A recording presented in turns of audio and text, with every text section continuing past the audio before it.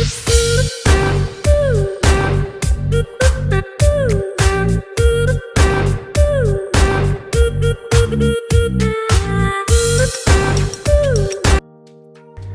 guys! Welcome sa aking channel. So today, ang i-share ko na recipe sa inyo ay ang sardinas na may upo at repolyo.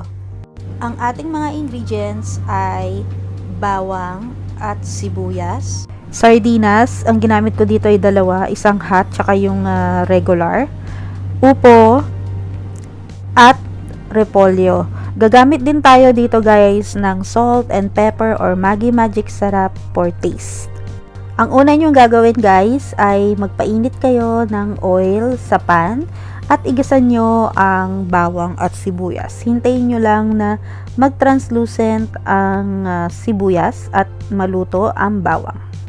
Then pagluto na ang bawang at sibuyas, ilagay nyo na ang sardinas at maglagay kayo ng konting tubig at hayaan ito na kumulo.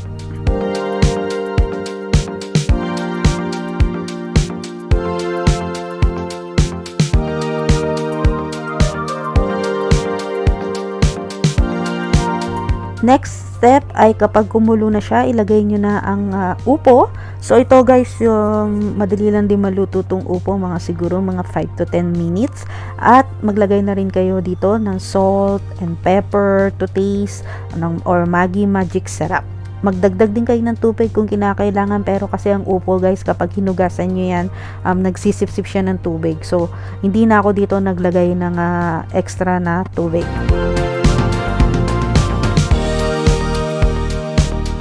After 5 to 10 minutes guys, ilagay nyo na ang inyong repolyo. So yung repolyo, napakabilis lang din itong maluto. Siguro mga 2 to 3 minutes lang.